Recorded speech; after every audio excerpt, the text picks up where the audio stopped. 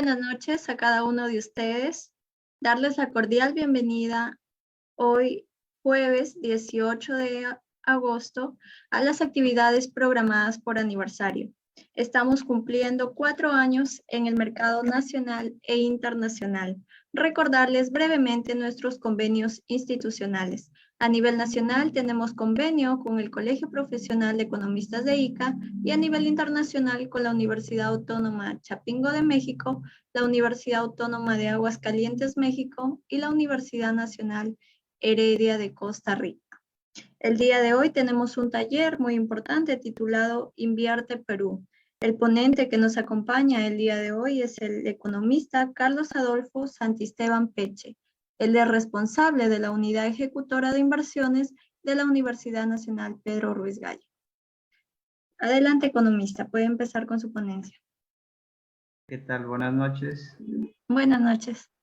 Buenas noches con todos. En primer lugar, agradecer a Estudios Econométricos por la invitación a participar en este taller denominado Invierte.p, Invierte Perú, a mi colega Máximo Damián y a todo su equipo profesional que conforman esta familia de estudios econométricos. También un agradecimiento a todos los participantes que tienen, digamos, ese interés de ampliar conocimientos respecto a el tema de hoy, que se va a tratar de inversión pública. No sé si ya puedo compartir mi pantalla. Si tengo activada esa función, porque no puedo. Sí, adelante, economista, adelante, ya está ya.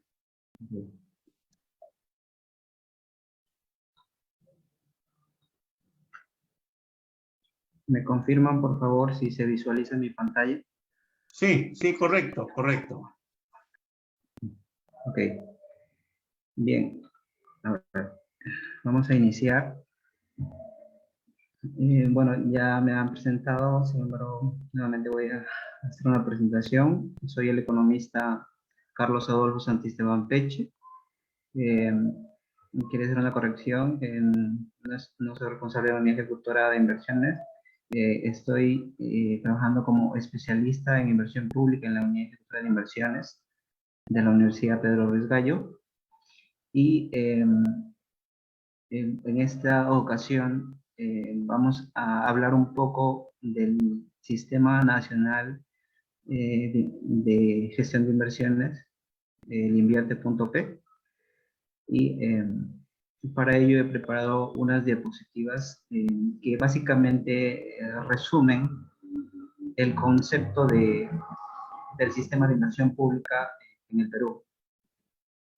Entonces, sin más preámbulos, vamos a iniciar esta presentación. Bien, el Invierte Perú,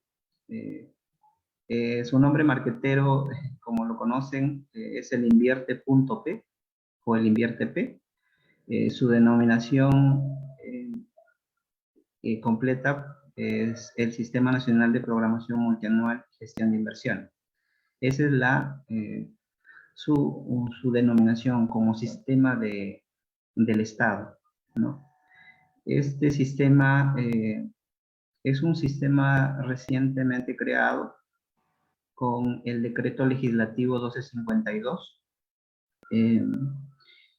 Antes SNIP, quiere decir que este sistema está reemplazando al antiguo SNIP, el Sistema Nacional de Inversión Pública, ¿no? En la Ley 27293.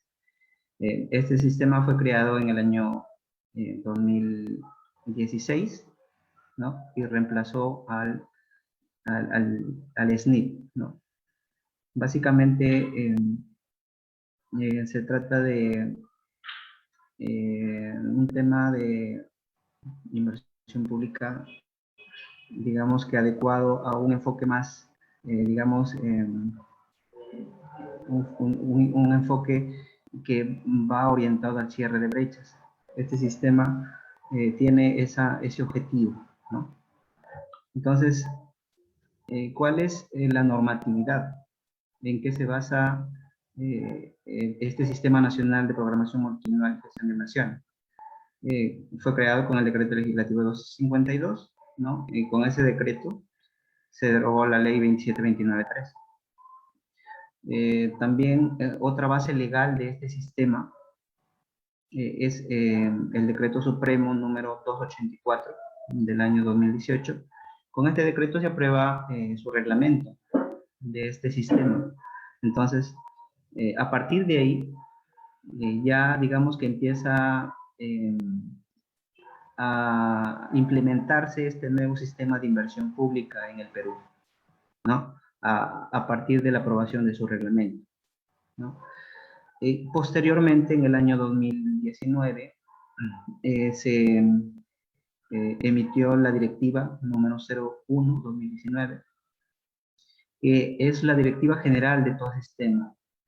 Es la que rige prácticamente las acciones, las actividades que se realizan en el marco de la ejecución de inversiones, la ejecución de inversión pública. Entonces, tenemos estas tres bases legales, ¿no? En la cual, digamos, se sostiene este sistema nacional, que es como los demás sistemas del Estado, ¿no? Es un sistema más del Estado, pero este sistema está relacionado a la inversión pública. ¿Qué quiere decir? Cómo el Estado, en sus distintos niveles de gobierno, ya sea gobiernos locales, ¿no? Las municipalidades, ¿no? Tanto distritales como provinciales, los gobiernos regionales, también el gobierno nacional a través de los sectores, ¿no? El sector educación, el sector salud, el sector transporte, saneamiento, y las distintas entidades públicas, ¿no? Todos estas entidades están en la aplicación de este sistema. Si quieren ejecutar inversión pública, tienen que regirse a lo que diga este sistema nacional. Entonces, conociendo esta base normativa, vamos a conocer un poco más del Invierte.p, ¿no? ¿Cuál es la finalidad del Invierte? Su finalidad es orientar el uso de los recursos públicos destinados a la inversión, ¿no? Para la efectiva prestación de servicios y la provisión de la infraestructura necesaria para el desarrollo del país. Entonces, ¿qué quiere decir? Que vamos digamos, a priorizar, ¿no? Los recursos que tiene el Estado, ¿no? Para poder hacer inversión en las distintas regiones de nuestro país, ¿no? Y en las distintas tipologías de servicios públicos, ¿no? Por ejemplo, tenemos inversión en educación, tenemos inversión en salud, en saneamiento, ¿no? Entonces, para hacer esa inversión, tenemos que canalizar bien los recursos que tiene el Estado, ¿no? Porque si hablamos de los recursos del Estado, estos recursos son limitados, ¿no? No se cuenta con suficientes recursos para quizás atender toda la necesidad que la población requiere. Entonces, para eso, este sistema orienta esos recursos que tiene el Estado para hacer una adecuada inversión, ¿no? Y poder brindar unos servicios de calidad, unos servicios oportunos a la población, ¿no? Creando infraestructura nueva o mejorándola, ¿no? Ya vamos a ver qué tipo de naturalezas de inversión existen, ¿no? Entonces, esa es la finalidad que tiene este sistema. ¿Qué tipo de inversión pública existe con el Invierte.p? Este nuevo sistema tiene, digamos, una particularidad si lo queremos comparar con el antiguo SNIP, ¿no? En el antiguo SNIP solamente se hacía inversión pública a través de los proyectos de inversión. Entonces, la diferencia con este nuevo sistema es que se ha incluido nuevas formas de hacer inversión pública. Nuevas formas aparte de lo que son los proyectos de inversión. pública, porque también son parte de la inversión, ¿no? Entonces, ¿cómo hacemos inversión, ¿no? Entonces tenemos dos tipos dos formas, ¿no?, de hacer la inversión pública.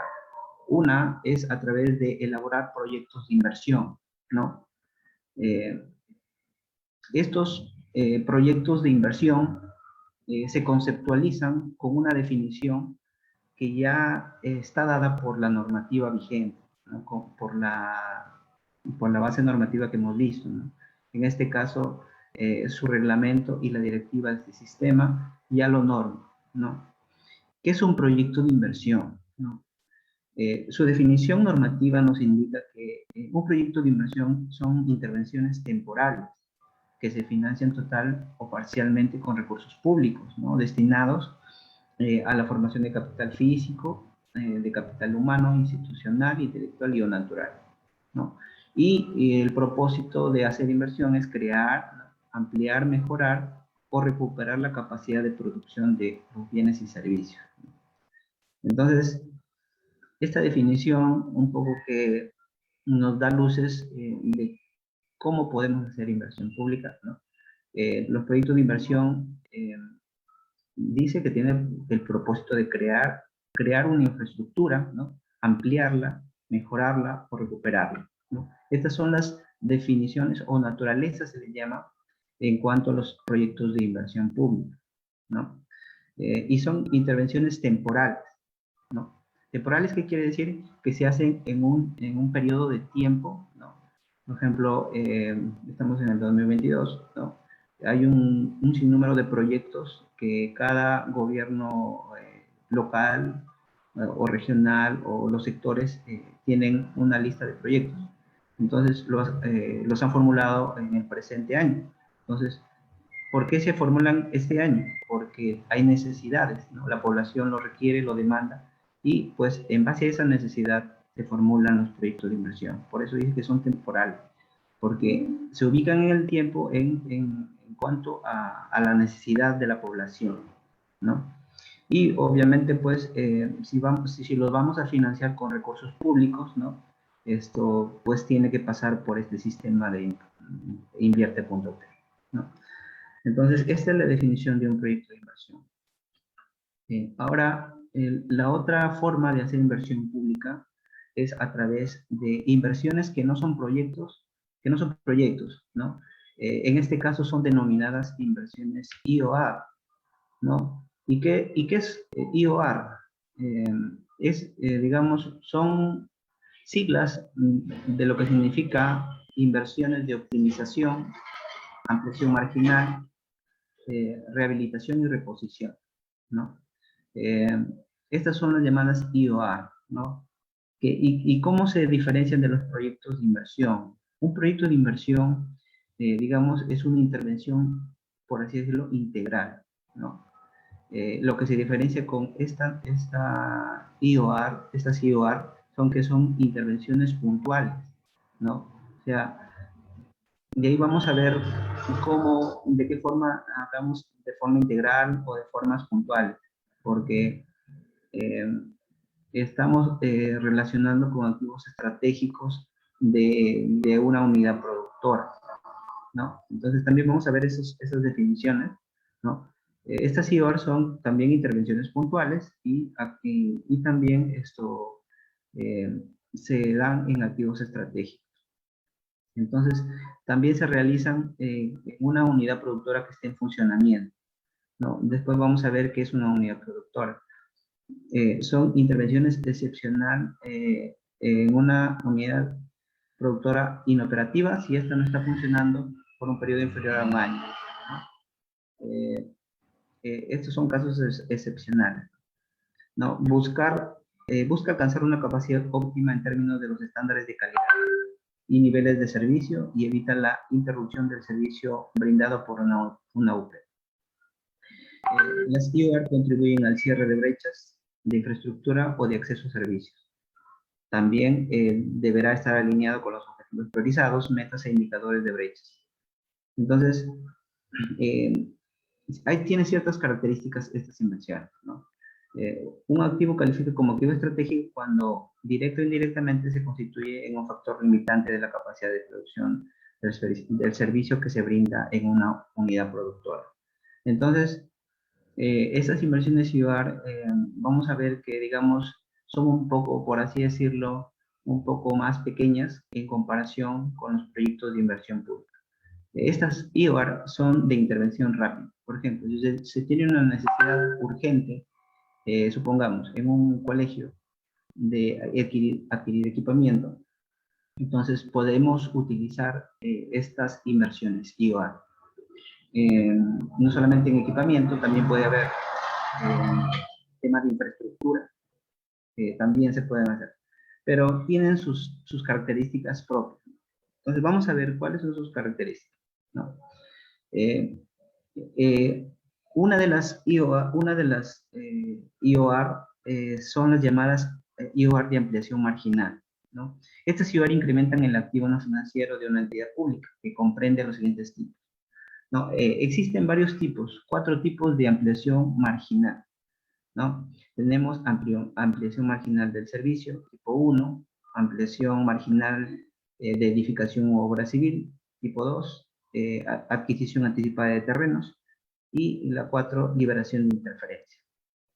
El tipo 1 es la que amplía la capacidad de producción hasta un 20% si lo comparamos con un proyecto estándar, ¿no? ¿Qué quiere decir? Que, por ejemplo, ¿no? Vamos a poner el ejemplo de un colegio, ¿no? El colegio atiende a 100 estudiantes, ¿no? Entonces, existe la necesidad de atender a una población que está requiriendo matricularse de 20 estudiantes adicionales. Entonces, no necesitamos hacer un proyecto, de inversión porque lo podemos atender fácilmente con este tipo de IOR, ¿no? Un proyecto de inversión, además de que es un proyecto más grande, es una inversión más grande, también tiene, digamos, su formulación es un poco más compleja, ¿no? Entonces, por así decirlo, las IOR son un poco, digamos, más fáciles de hacer, por así decirlo, pero que son de rápida ejecución, ¿no? Que nos ayudan a atenderlo, la necesidad de forma inmediata, ¿no? Entonces, si queremos, por ejemplo, en el caso del colegio, queremos atender a 20 estudiantes más, podemos hacer un aula, por ejemplo, que pueda atender a estos 20 alumnos adicionales. Entonces, lo podemos hacer con este tipo de inversión sin pasar a hacer un proyecto, ¿no? El segundo tipo ya no tiene que ver con aumentar la capacidad de producción, ¿no? Sino con aumentar los activos, ¿no? que tiene la unidad productora. Entonces, por ejemplo, seguimos en el caso del colegio. A ver, ¿qué pasa si por temas de seguridad un colegio requiere un cerco perimétrico, ¿no? Entonces, no necesitamos hacer un proyecto, ¿no? Un proyecto integral para poder ejecutar o hacer este cerco perimétrico. Fácilmente lo podemos hacer con este tipo de IOR, ¿no? Y es más rápido y fácil poderlo ejecutar, ¿no?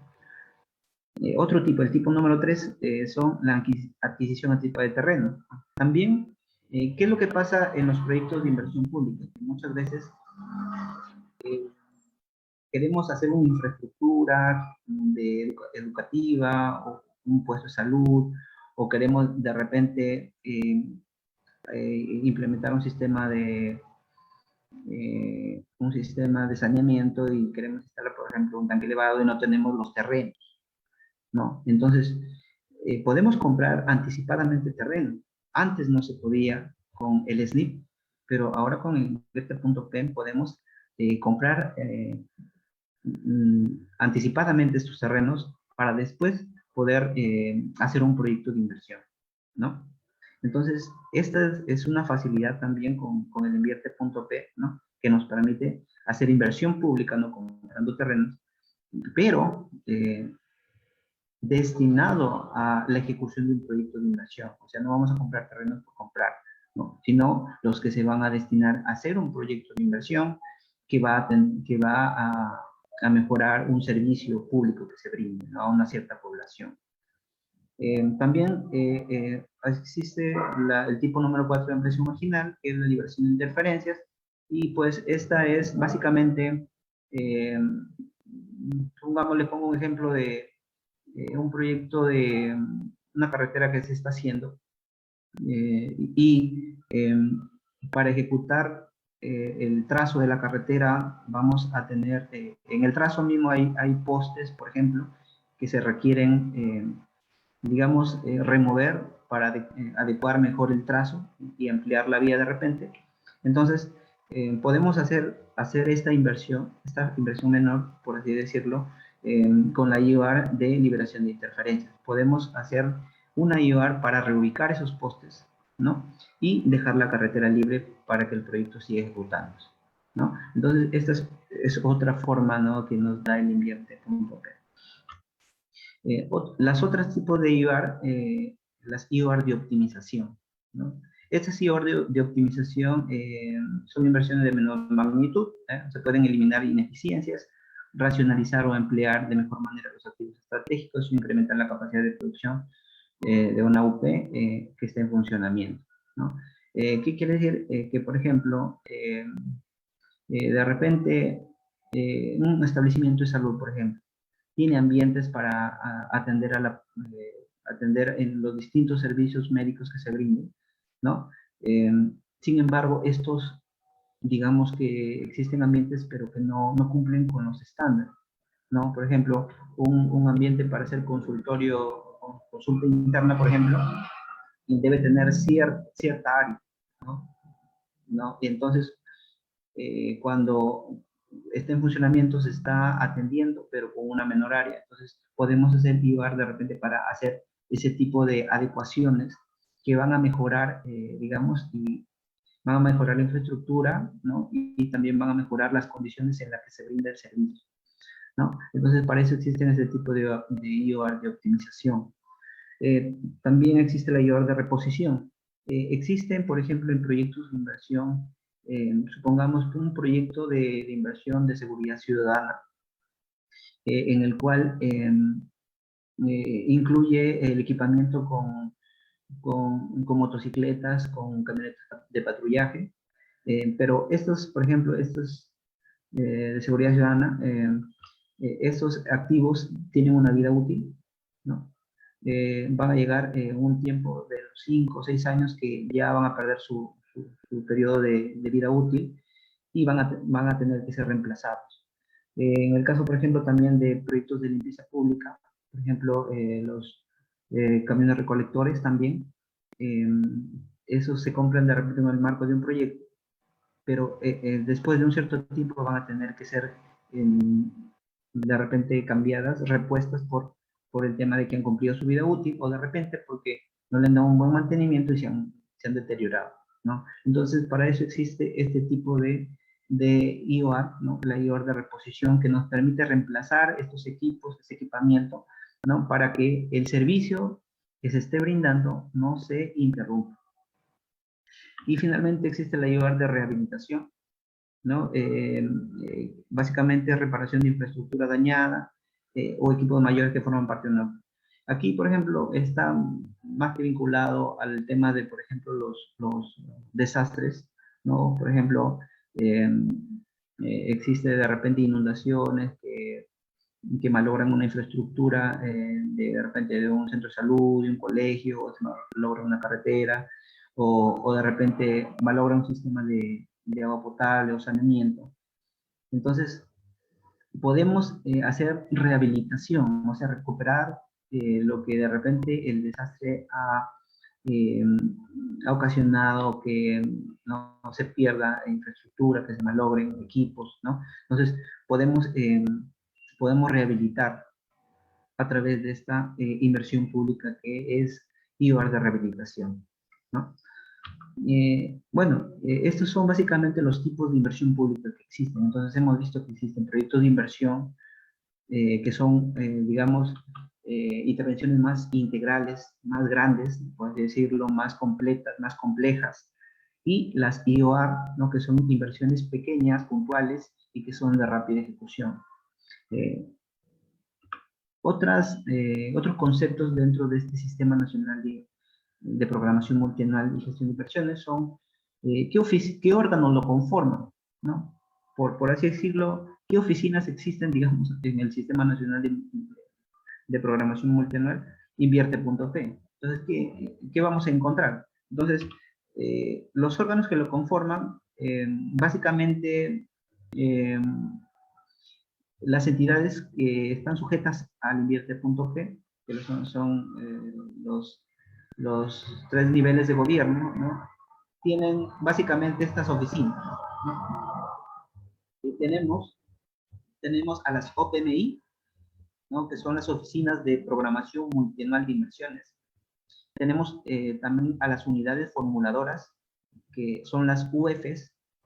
Tenemos a las unidades ejecutoras de inversiones, que son las UEI, y tenemos los órganos resolutivos, que digamos que son las máximas autoridades dentro de cada nivel de gobierno, ¿no? Y también tenemos pues la DGPMI.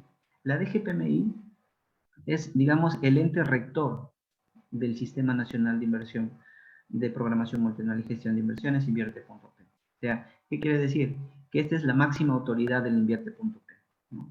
Esta dirección general está escrita al Ministerio de Economía y Finanzas, ¿no? Y es la que dicta las normas, los procedimientos que hay que seguir, ¿no? Los instrumentos metodológicos que hay que aplicar, los formatos que hay que hacer si queremos hacer inversión pública. También emite opinión técnica respecto a los proyectos de inversión, brinda capacitación y asistencia técnica. Entonces, este es el ente rector del Invierte.p. Y este ente rector rige a los demás órganos que lo conforman a este sistema. La OPMI es la oficina que se encarga, ¿no?, de elaborar el programa multianual de inversión, que también vamos a verlo más adelante, y básicamente interrelaciona con las demás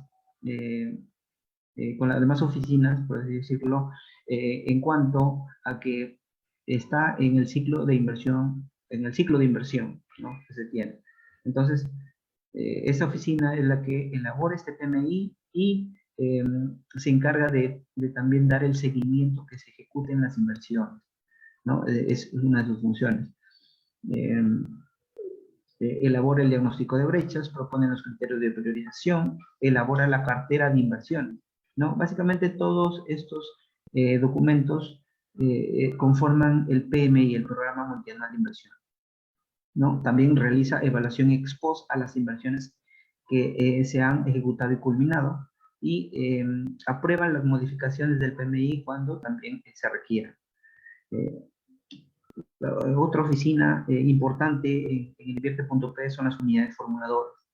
Esta oficina, digamos que con el Invierte.p se le ha dado mucha mayor responsabilidad en comparación con lo que era el SNIP. ¿Por qué? Porque esta oficina elabora las fichas técnicas y estudios de preinversión. Cuando hablamos de fichas técnicas, hablamos de los proyectos las fichas técnicas de los proyectos de inversión, los estudios de preinversión de perfil de los proyectos de inversión, ¿no? También elabora lo que son los formatos con los que se aprueban las IOA. Entonces, ¿quién se encarga de elaborar los proyectos de inversión y las IOA? Pues la oficina de la unidad formuladora. Por eso, digamos que su función es bastante importante en el ciclo de inversión. Además de eso, esta unidad formuladora, además de elaborarlos, también se encarga de evaluarlos y aprobarlos, ¿no? Esta función ha sido agregada con el Invierte.p, dado que en el SNIP esta función la tenía otra oficina, la de evaluar. Sin embargo, se le ha dado esta función a esta oficina, y es la que se encarga de declarar viables los proyectos o aprobar las IOA.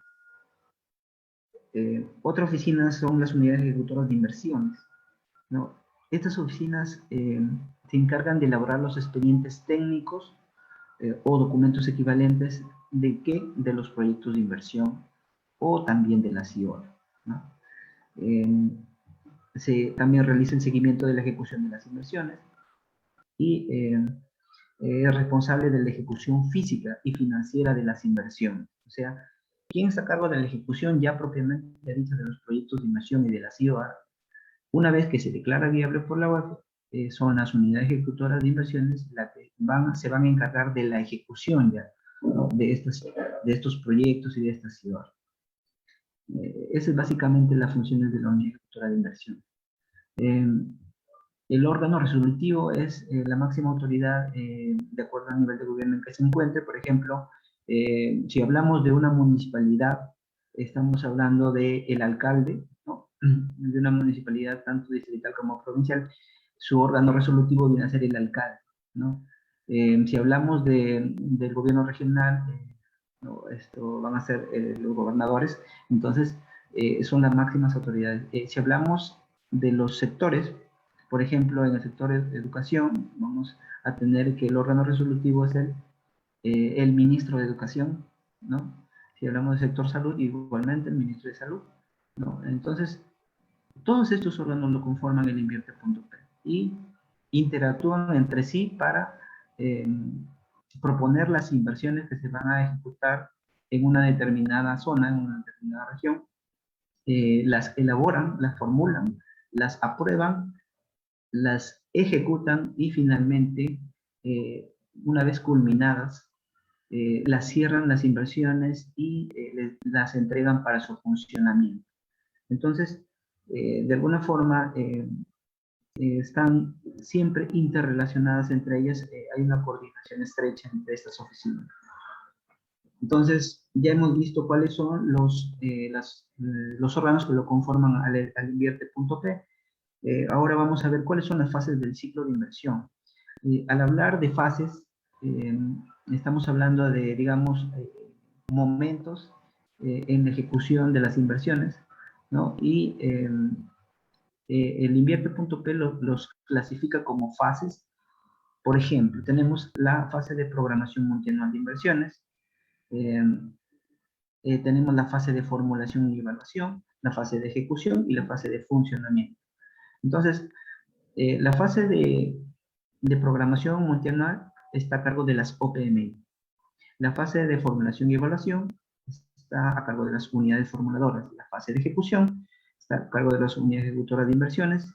Y la fase de funcionamiento está a cargo ya de los sectores, el sector al cual se le va a transferir el proyecto una vez ejecutado, o a la entidad que se le va a transferir el proyecto una vez culminado, ejecutado. Y la OPMI en esta etapa de funcionamiento tiene también la función de hacer un seguimiento, ¿no? Un seguimiento de la ejecución, de cómo viene funcionando estos proyectos ejecutados, estas IOR ejecutadas. Entonces hace una evaluación también en la etapa de funcionamiento, para ver cómo vienen funcionando estas inversiones que ya han sido entregadas. También esa es una de las funciones de la OPMI. Entonces, tenemos 4 fases: fase de programación, fase de formulación y evaluación, fase de ejecución y fase de funcionamiento. Y cada una de estas fases tiene a su órgano responsable. Algunos conceptos importantes.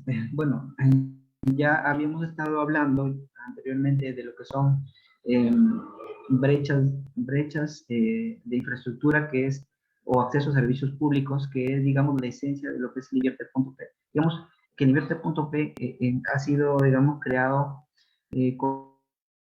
con miras a cerrar brechas sociales, brechas de infraestructura.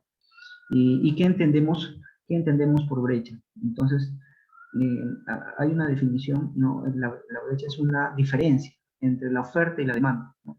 Lo que yo tengo, que ofrezco para satisfacer una necesidad, si no está cubierta esa necesidad, entonces hay una brecha.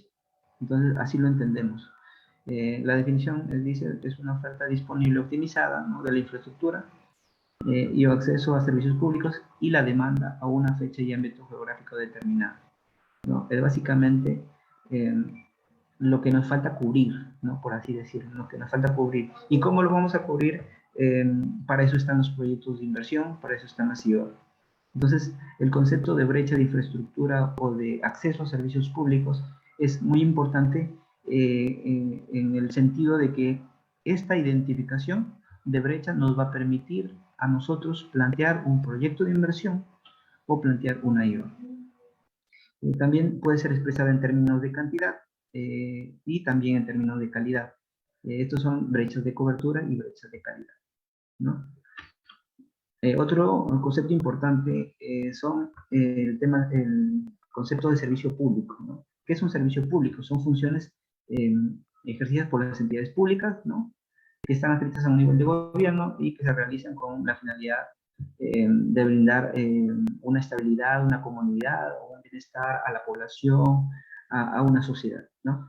Existen diversos tipos de servicios públicos, ¿no? Tenemos los servicios de salud, servicios de agua para riego, servicios de agua potable, servicios de saneamiento básico, tenemos servicios de energía eléctrica, servicios de limpieza pública, servicios de educación básica regular, tenemos servicios ambientales, servicios de transitabilidad, ¿no? Aquí donde se intervienen carreteras, entre otros servicios.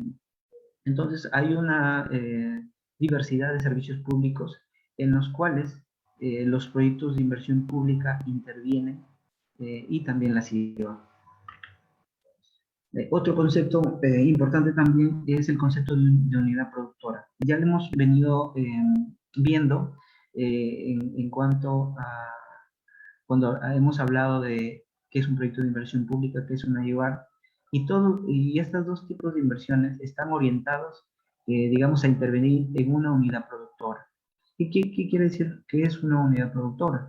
Es un conjunto de recursos o factores productivos que articulados entre sí tienen la capacidad de proveer bienes o servicios a la población.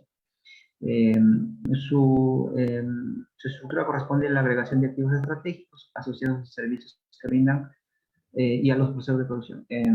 ¿Qué quiere decir? Un ejemplo de unidad productora, por ejemplo.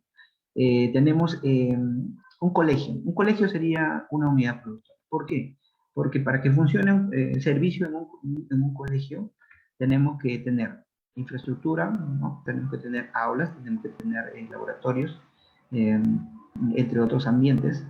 Tenemos equipamiento, tenemos mobiliario, tenemos las computadoras, en fin, otro tipo de equipamientos. Tenemos también el personal, ¿no? El personal docente, administrativo, ¿no? Entonces, este conjunto de factores, hablamos de infraestructura, de equipamiento, de capital humano, ¿no? En este caso, de los docentes, se unen en conjunto para que funcione el servicio en esta institución educativa, y a todo ese conjunto pues le llamamos unidad productora. Entonces, por ahí vamos teniendo una idea de lo que es unidad productora. Otro ejemplo de unidad productora sería un sistema de agua potable, ¿no? Este sistema de agua potable está conformado por un tanque elevado, por ejemplo, está conformado por una cámara de tratamiento de repente del agua, la que la potabiliza. Tenemos, por ejemplo, las redes, ¿no? Las redes de distribución, ¿no? Que van conectadas a las casas. Entonces, todo este conjunto, ¿no? De equipos, además del personal también que opera este sistema.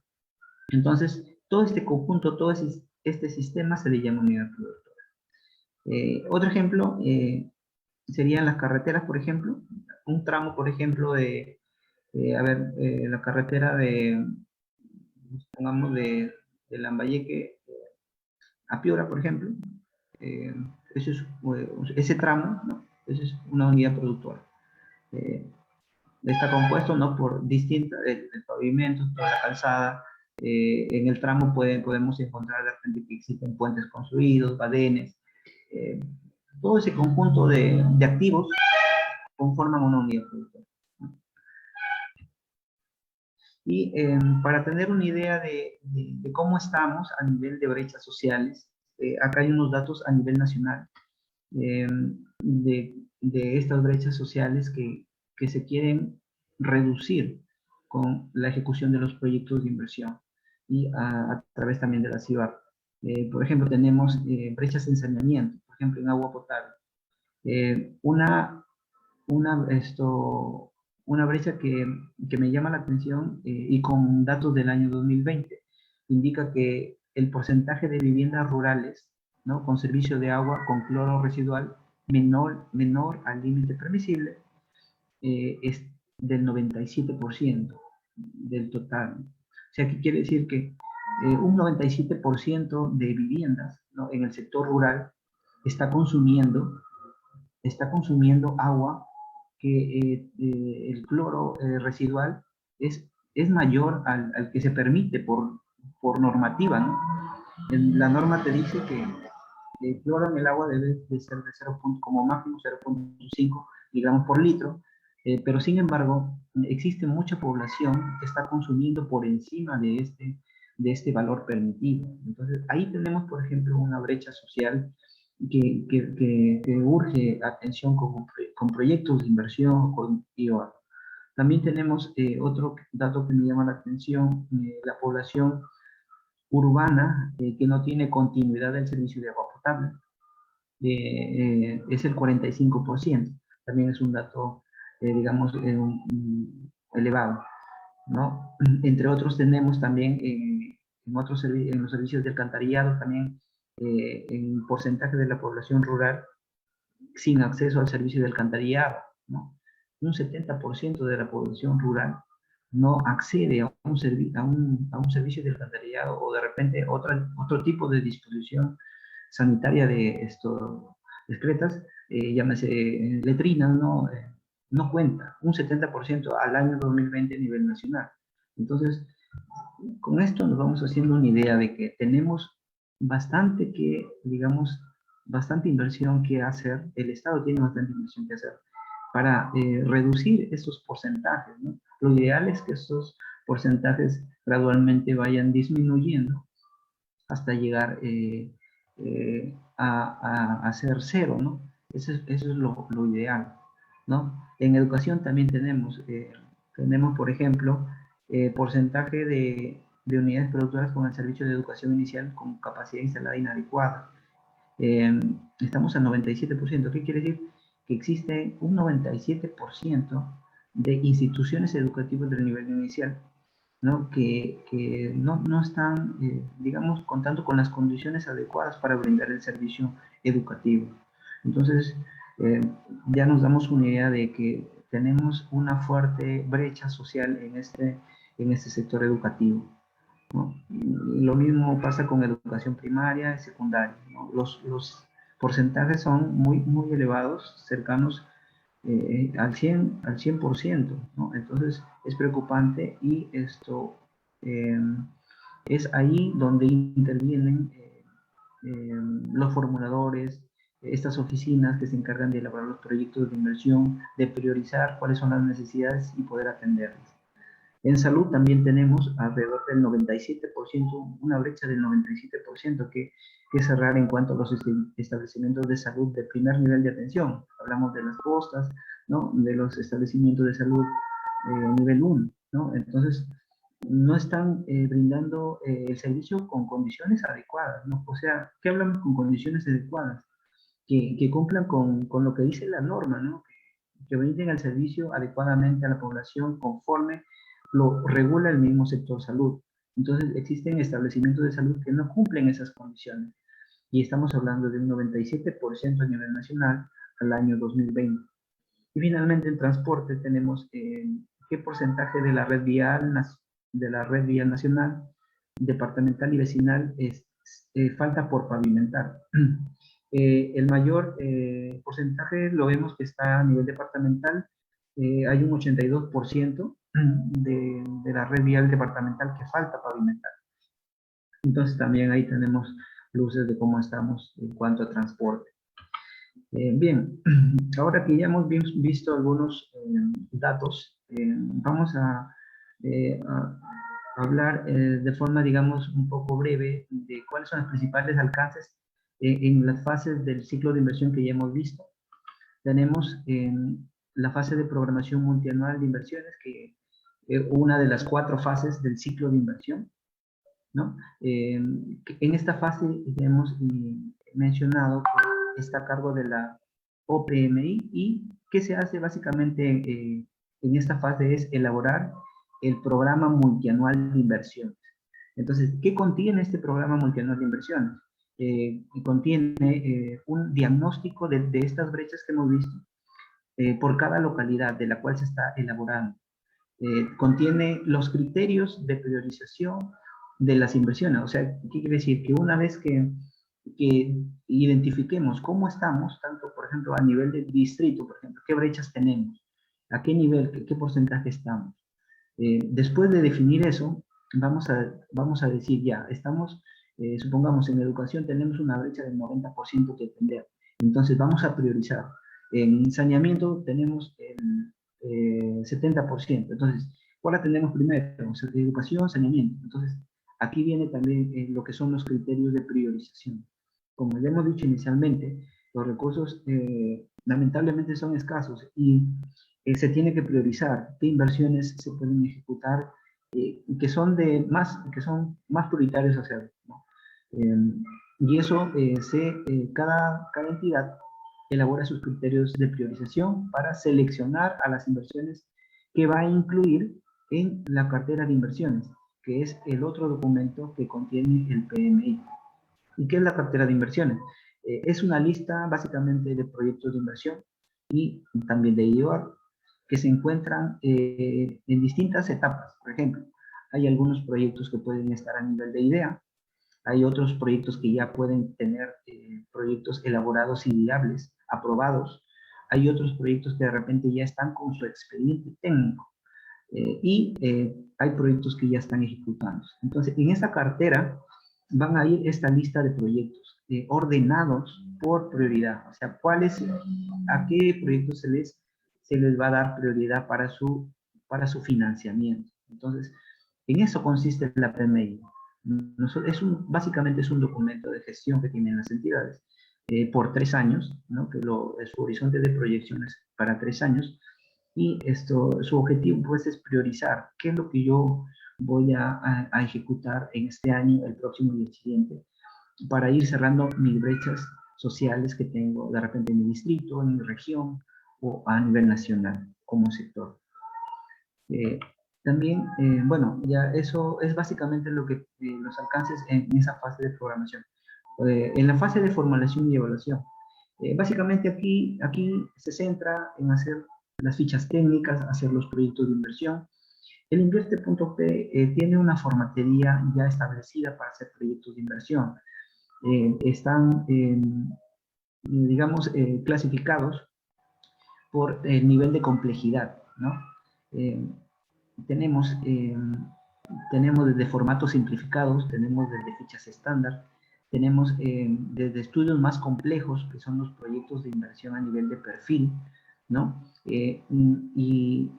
Esos niveles de complejidad los determinan las unidades formuladoras cuando van a elaborar un proyecto de inversión, y definen qué formato aplicar. Si aplico un formato simplificado, si aplico un formato estándar, y esto realiza la elaboración de dicho proyecto. Para elaborar un proyecto se tienen varias consideraciones, y una de las consideraciones es saber qué es lo que voy a hacer con un proyecto de inversión. Con un proyecto de inversión puedo hacer una creación de una infraestructura, de un servicio, puedo mejorar el servicio que se está brindando, de repente un puesto de salud, servicios de salud. Puedo ampliar la cobertura que tiene un establecimiento, ¿no? Como en el caso de, por ejemplo, de los colegios, el ejemplo que estaba dando inicialmente, podemos ampliar que en la CIOAR lo habíamos visto que podíamos ampliar un porcentaje del 20%. Sin embargo, ya con proyectos de inversión, cuando superamos ese 20%, ya no podemos hacer una IOAR, sino tenemos que hacer un proyecto de inversión de ampliación. Y finalmente, el otro tipo de proyecto es de recuperación, que se parece a la IOR de rehabilitación. Sin embargo, también la IOR de rehabilitación tiene un porcentaje hasta dónde se puede rehabilitar. Si se supera ese porcentaje, ya no vamos a hacer una IOR sencilla, sino vamos a hacer todo un proyecto complejo que es un proyecto de recuperación, ¿no? Esos son básicamente las naturalezas de intervención en un proyecto de inversión. Y comúnmente vamos a encontrar los nombres de los proyectos con estas denominaciones, ¿no? Creación del puesto de salud en la localidad tal, ¿no? Mejoramiento del servicio de agua potable en el distrito de Lambayeque. Ampliación del servicio de energía eléctrica en el sector Algarrobo, recuperación de infraestructura educativa, ¿no? De tal localidad. Entonces, los nombres de los proyectos van a ir con estas denominaciones. Entonces, así lo vamos a encontrar. Bueno, esto es ya en cuanto a lo que dice la directiva de cuáles son los niveles que se aplican cuando elaboramos proyectos. Como ya les había mencionado, podemos hacer fichas técnicas simplificadas, fichas técnicas estándar. También hay proyectos que requieren mayor información y por ende vamos a utilizar unas fichas técnicas de baja y mediana complejidad. Los que están a nivel de perfil, que ya son proyectos que necesitan una alta calidad de información básicamente primaria, esto que tienen montos, ¿no? Muy elevados, un costo de inversión muy elevado, ¿no? Para las fichas técnicas, si los montos no superan los 750 UITs, lo podemos hacer con esas fichas. Para las estándar, si no superan los 15.000 UITs, también podemos hacer con esa ficha estándar. Y esto para proyectos de baja complejidad, baja y mediana complejidad, menores a 407.000 UITs. Finalmente, a nivel de perfil, si superan los 407.000 UITs, ya vamos a utilizar pues, una estructura más completa, ¿no? A nivel de perfil. Esos son básicamente las fichas que se utilizan en la etapa de formulación y existen fichas técnicas generales, ¿no? Que se pueden aplicar a todo tipo de proyectos de inversión. Sin embargo, cada sector se ha encargado también de hacer sus propias fichas técnicas. Entonces, tenemos que el sector educación, por ejemplo, ha definido 2 fichas técnicas, ¿no? Para hacer específicamente proyectos de educación. En el sector interior también tenemos una ficha técnica, en el sector saneamiento también tenemos 3 fichas técnicas, en transportes también 3 fichas técnicas, en defensa 2 fichas, en cultura una ficha técnica, en salud tenemos 3, ambiente 4 fichas técnicas, agricultura y riego 4 fichas técnicas, y comercio exterior una ficha técnica. Entonces, si queremos hacer un proyecto de salud, por ejemplo, podemos ir y ubicar su ficha técnica del sector, y en base a esa ficha vamos a ir llenando la información que nos pide la misma ficha. ¿Qué información debemos tener? ¿Qué es lo que debemos analizar? ¿Cuáles son los costos promedios, por ejemplo, de inversión que nos debe arrojar nuestro proyecto de inversión y que también nos va a servir para evaluarlo? Entonces, todos estos aspectos los indica las fichas de cada sector que ha sido definido. Existen algunos sectores que no han definido fichas técnicas y por el momento se vienen utilizando las fichas generales, ¿no? Digamos, aspecto importante que se realiza o un aspecto importante en el tema de la formulación de los proyectos de inversión y la CIOR es el diagnóstico, ¿no? Nosotros no podemos elaborar un proyecto de inversión de la nada, ¿no? Se me ocurrió hacer un parque, ¿no? En una zona, una localidad X, no lo puedo yo plantear porque se me ocurrió, no. Cada proyecto se plantea por una necesidad, ¿no? Y esa necesidad se evidencia cuando nosotros realizamos un diagnóstico, ¿no? Y generalmente los formuladores les llegan requerimientos de la población a través de solicitudes, a través de oficios en las cuales la misma población manifiesta qué es lo que requiere, en qué zona y en qué tiempo. Entonces, la tarea de la unidad formuladora es hacer un diagnóstico de cómo está el servicio en esa zona, cómo se está brindando, si es adecuado, si es insuficiente y necesita hacerse una ampliación. Entonces, todo esto, esta tarea del diagnóstico lo hace la unidad formuladora. Y sobre la base de este diagnóstico se van a plantear digamos, el enfoque de lo que va a ser el proyecto de inversión pública o también de la CIOAR, porque un diagnóstico nos puede arrojar que necesitamos hacer un proyecto de inversión pública o necesitamos hacer una IOAR, siempre y cuando se alineen a los requisitos mínimos que tienen las IOAR, ¿no? Se podría hacer una IOAR, y si no, se haría como un proyecto, ¿no? En este diagnóstico, pues, se analiza el territorio, la población afectada, la unidad productora y otros agentes involucrados, que es básicamente con esta información que se va a armar cuál va a ser la propuesta del proyecto, ¿no? Y finalmente esto va a derivar en un análisis de demanda, ¿no? Después de que hemos identificado cuál es la necesidad, qué es lo que está faltando, entonces vamos a decir, ah, ya, pero ¿cuánto está faltando?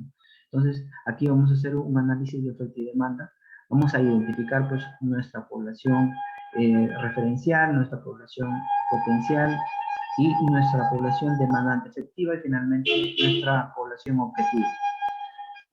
Con ello, vamos a determinar cuál es la brecha que va a atender nuestro proyecto de inversión y va a ser objeto de la estimación de los costos respectivos, ¿no? Entonces, dentro de la formulación de los proyectos existe este análisis de demanda del servicio.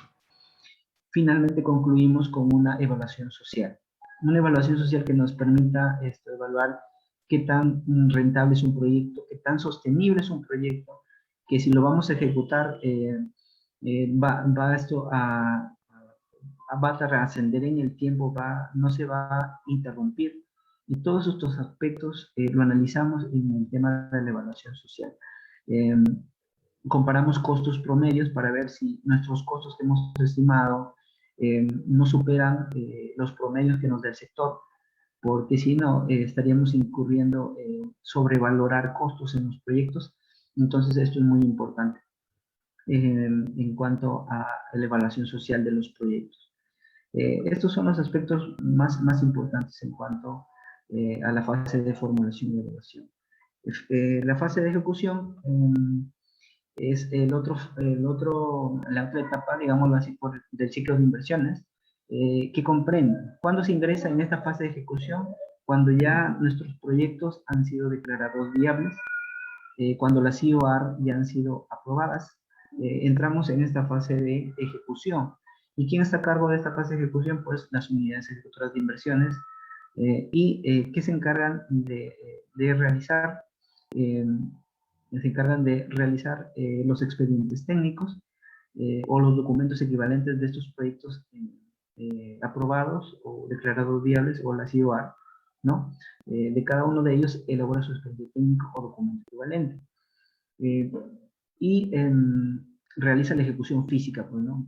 Es la que monitorea, ya sea que si una inversión se ejecuta mediante una modalidad de contrato, es decir, contratas a una empresa tercera que viene a ejecutar el proyecto, o lo hace o lo ejecuta directamente la entidad por administración directa. Entonces, esta función la realiza la unidad ejecutora de inversiones y se encuentra en esta fase del ciclo de inversión, fase de ejecución. Algunas consideraciones en esta fase, bueno, durante la elaboración del expediente técnico, bueno, hay que tener en cuenta el saneamiento físico-legal de los terrenos, los arreglos institucionales que se deben hacer, ¿no?, previa a la ejecución, las autorizaciones, la licencia, las factibilidades. Si hay que hacer una clasificación o certificación ambiental, hay que hacerla ante el órgano competente. Todas estas consideraciones importantes antes de aprobar el expediente técnico y pasar a la etapa ya de ejecución, ¿no? En sí, ejecución física. Bueno, las vigencias. ¿Cuánto tiempo de vigencia tiene un proyecto? Un proyecto de inversión tiene 3 años de vigencia, contados a partir de su viabilidad. Las CIOR tienen 1 año, ¿no? Cuando se culminen los 3 años, se necesita actualizar, ¿no? Se actualiza el expediente técnico. En el caso de la CIOR, si el expediente pierde vigencia, también se actualiza. Pero si es que no ha pasado el expediente técnico y ha cumplido 1 año, ahí sí la normativa te indica que debes cerrarlo. Para todos estos procedimientos existen formatos para registrar un proyecto y declararlo viable para aprobar una IVAR. Existen formatos ya establecidos por el Invierte.p que son registrados en el banco de inversión. No, una vez que se ejecuta, que se registra una inversión en el banco de inversiones del Invierte.p, se genera un código. Y este código es el que lo acompaña a la inversión hasta que sea culminado y cerrado en el Invierte.p. Por ello, ahí tenemos los formatos 8, formatos 8A, 8C. También tenemos los formatos 7A, 7C, que son de los registros de la aprobación de las inversiones, tanto de proyectos como de IOA.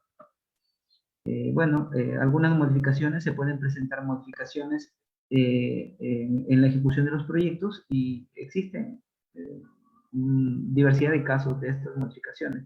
Se presentan como adicionales, tanto de obra, por ejemplo, ¿no? Ampliaciones de plazos, adicionales de equipamiento también. Entonces, sí pueden darse estas modificaciones en la ejecución misma de los proyectos de inversión o de la CIOR, y se tiene su procedimiento respectivo para que pueda seguir adelante la ejecución y culmine satisfactoriamente. El Invierte.p ha establecido en su directiva los lineamientos y los procedimientos respectivos.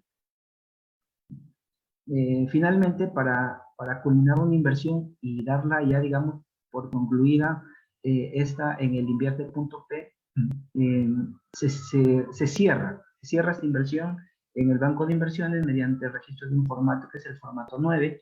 Con esto, la inversión que nació inicialmente como una idea en la unidad formuladora se formuló, se aprobó, se declaró viable, se registró en el banco de inversiones, se hizo su expediente técnico, se ejecutó el proyecto, se culminó. Entonces, ¿con qué culmina? Con el cierre. Una vez que se ha cerrado el proyecto, ya digamos que empieza su funcionamiento, ya empieza a brindar los servicios por los cuales ha sido, estimado, ¿no? Este proyecto. Y se le entrega a la entidad que va a hacer ese cargo, ¿no? Que se va a encargar de los temas de la operatividad del proyecto, de financiar el mantenimiento, ¿no? Del proyecto en el transcurso del horizonte que dure la vida útil, ¿no? Que tiene esta inversión.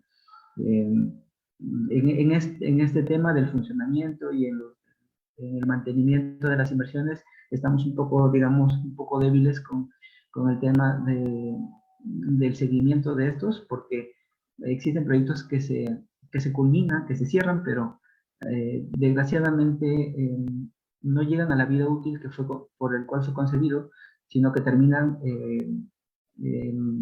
digamos que teniendo una infraestructura inadecuada en un tiempo menor al que ha sido estimado, ¿no? ¿Por la falta de qué? Por la falta de mantenimiento en muchos casos.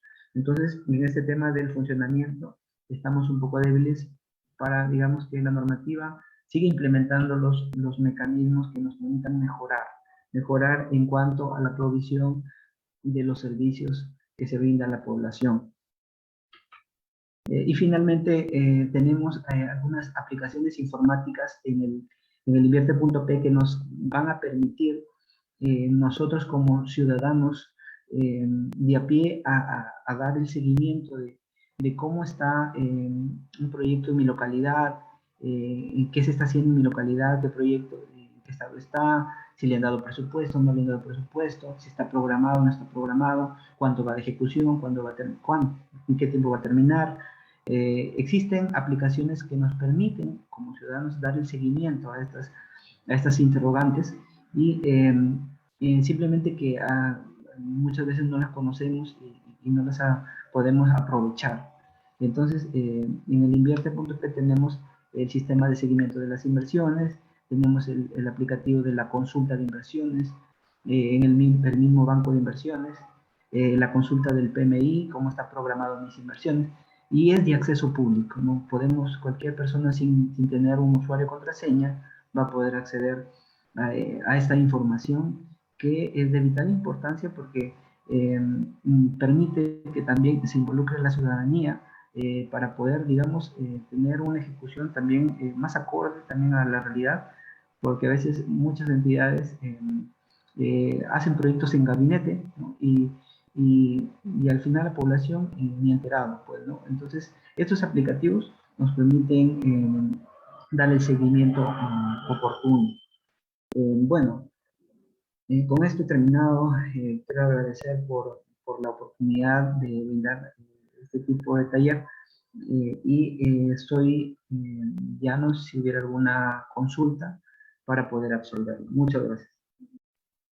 Muchas gracias, colega economista Carlos Adolfo, por participar en las actividades programadas por el 4º aniversario de Estudios Econométricos, y también darle muchas gracias a los jóvenes que están ubicados en las diferentes partes de los departamentos, provincias, distritos en el ámbito de la República del Perú. Mañana vamos a continuar con las siguientes actividades programadas por el 4º aniversario. Tenemos, por ejemplo, en la primera parte, a partir de las 5 de la tarde, tenemos una conferencia con respecto a los subsidios económicos que se impartió en tema de COVID, y la segunda conferencia con respecto a una radiografía de la pobreza, y mañana van a ver cuántos pobres hay en el Perú.